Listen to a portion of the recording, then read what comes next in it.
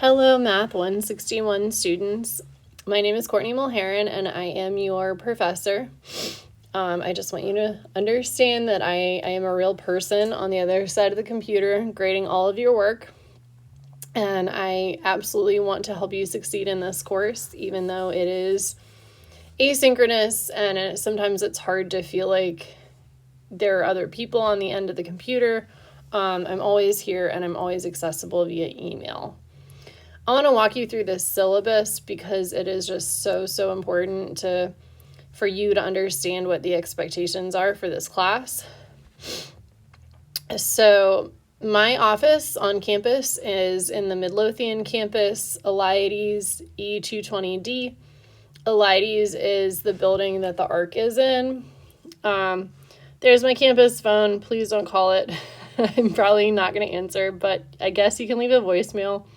I would much prefer that you just email me. I am constantly checking my email, and I will email you back very quickly. There are my office hours. You can always come find me in my office at the times that are listed in my office. Or if you want to talk to me in the evening, I'll be on Zoom. Just email me and I'll send you the link. I just don't keep the room open because it'll shut down after a certain amount of time of inactivity.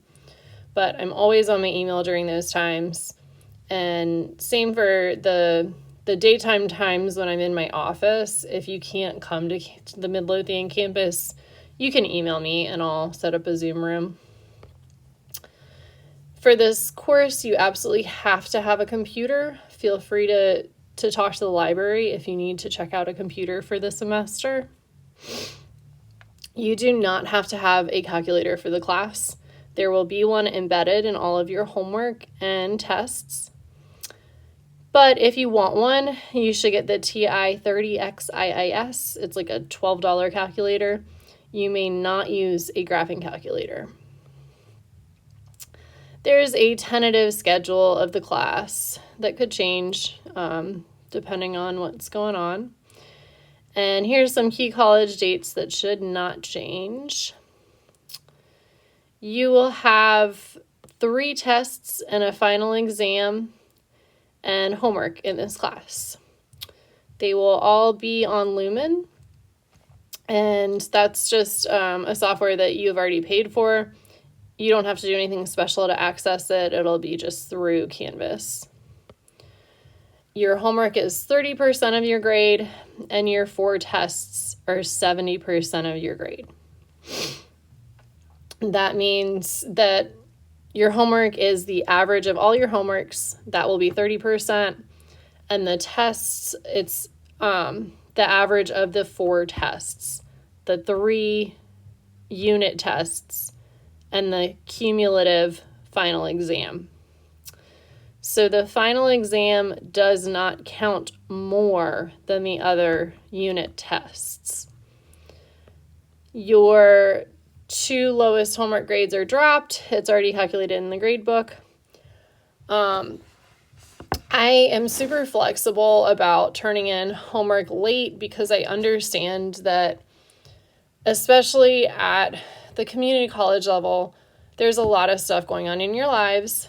I understand, especially with an asynchronous course, weekly homework assignments aren't necessarily realistic if something comes up. So what I did is I made the homeworks due each week, but you have 15 late passes to use throughout the semester. Each late pass extends your homework 1 week from the original due date. The caveat to that, I'm going to actually hop down to attendance to talk about where that comes in.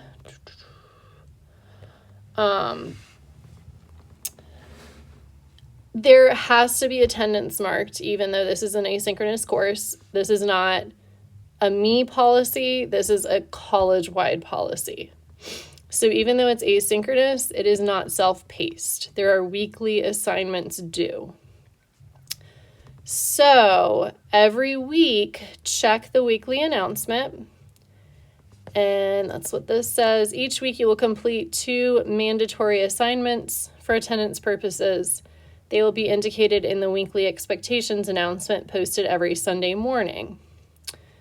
Most of the time, the expectation is if you score at least a 50% on your homework, you are counted present.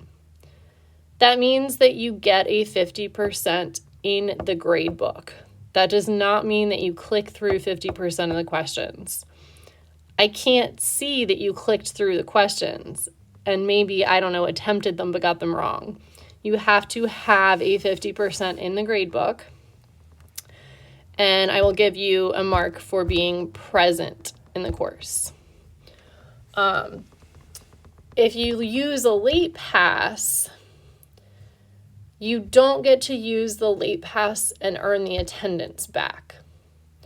So the point of the late pass is to bring that 50% up to 100% if you had a busy week and you couldn't earn that 100%. You are allowed 4 absences before March 17th. If you get 5 absences before March 17th, you will be withdrawn. And I'm going to have an attendance assignment that will track how many absences you have, as well as I will try my very best to send you alerts when you start to get close to the 4 absences allowed. So hopefully that makes sense. Please earn that 50% on the homework per week, and then you can use your late pass to catch up if you're a little bit behind, had a crazy week. So where were we with homework? You will also see in each module, there will be a discussion board for each assignment. This is meant for you to help each other on the homework and also get extra credit on the homework. So if you have a question, go ahead and post it on that discussion board. And I'll give a little bit of time for students to respond. If you are responding to a student, please try to explain the math, but not give them the answer. Try to lead them in the right direction. You're supposed to help them, not do the work for them. And don't just slap in another resource, say, oh, here's an article on how to do it. I want you to explain yourself how to do it. If I don't think that the response that you gave trying to earn the extra credit is sufficient, I will post and say, hey, more explanation is needed. And the original poster should add more explanation. If someone else provides the additional explanation, then the extra credit will be split.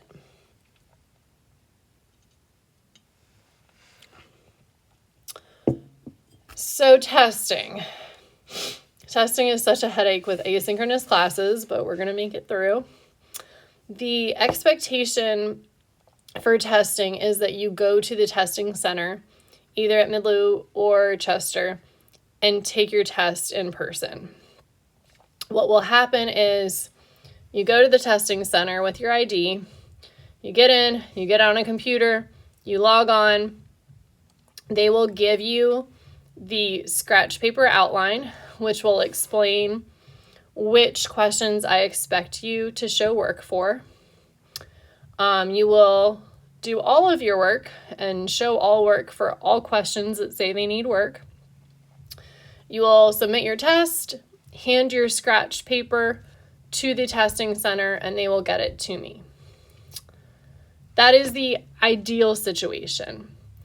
If you cannot come to campus, you need to email me and tell me why it is impossible for you to test on campus this semester. And we will talk about Zoom testing. There are additional requirements, and it is a lot more prone to problems. So if at all possible, you need to come to campus and test. Here's the testing center information. Please use the testing center. They're pretty great. You have to show your work. Again, I said that before. Show your work, show your work. If you don't show work for a question that I say needs work, you will not get credit. If you are showing work that is unintelligible, or it's ambiguous, or it utilizes a solution that is outside of what we did in 161, you will not get credit. The reason I say that is, unfortunately, I'm sure none of my students would ever consider trying to find a way to cheat with AI, but I know that it's a problem that AI can be so tempting to help us out, especially if we have a particularly stressful, busy semester. We got stuff going on. We didn't get to prepare fully to our exam. And somehow, you manage to I don't know, use your phone on the test, which you shouldn't, because at the testing center, you should have it away and all that. But we have had students in the past who have some way or another used AI, and some of the problems are solved in a really bizarre manner that it's pretty clear that this is not something a student would do.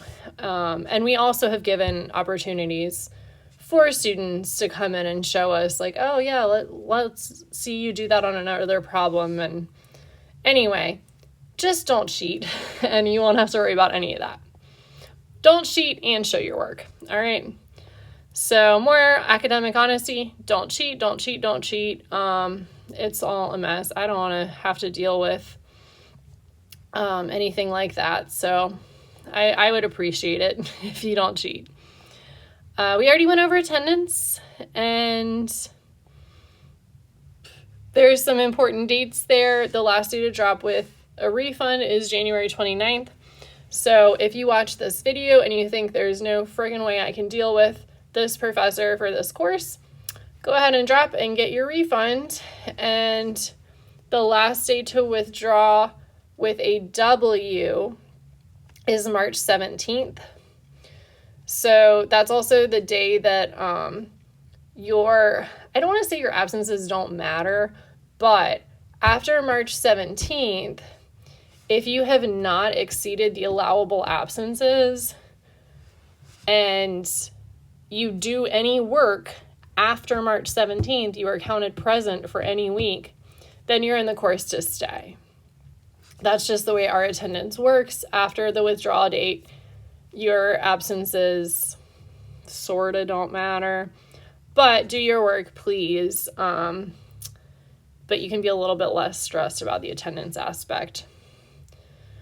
If you have any mitigating circumstances, that would be a great thing to talk about with the dean, because I just can't, say, I don't know, extend your test date without you working through the dean of why that would have to happen. Because you are given a week period to schedule all of your tests. Like, there's no reason for you to test outside of that week unless there's mitigating circumstances.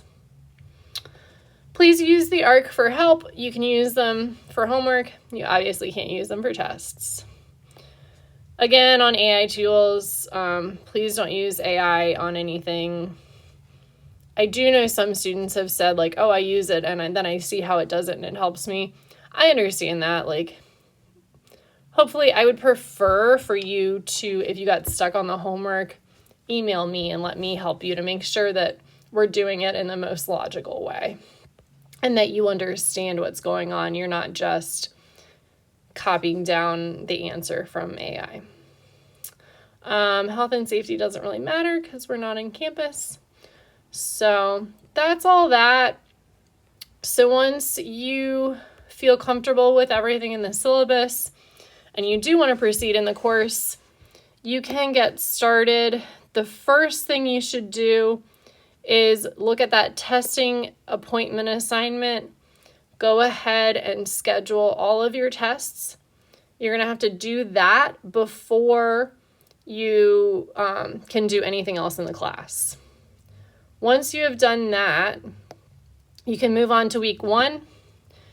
Week one, the two first assignments are an intro to Lumen My Open Math. This just walks you through how to use Lumen, how it wants you to enter answers. It should take you about 10 minutes. The intermediate algebra diagnostic. This should take you about an hour. And you only need to earn, I think it's a 50%. Let me double check on that. And the goal of this is to make sure that you are placed in the correct course. So if you are having a really, really hard time on the algebra diagnostic, you may need to be in a different course, and that's totally okay. There is always a class that you can be successful in at Brightpoint, and we want you to be in a class that you can be successful in. There are things that you need to know to be successful in this class. I like to tell my students, I could take French 4 and I could show up to every single class and take the best notes I possibly can, and I'm still going to fail because I didn't take French 1 through 3. So I don't want you to feel like this is so over your head that there's no way you can succeed. So that is the goal of the algebra diagnostic. And I was correct. You don't need to get over a 50%. So it's not going to affect your final grade. So don't worry about the fact, don't worry about getting a higher grade than a 50. But if you are majorly struggling on this, please email me and we will figure out what to do. Then there's that number of absences assignment. So you'll just have that for me to track how many absences you have. And then you can go ahead and get started on the lesson materials. There's notes and there's a video lecture. Then there's a homework for each section. And then there's those help threads where you can post questions for your classmates to help you out. And finally, there's some additional homework help. That's not necessarily in every module, but it's in a lot of them.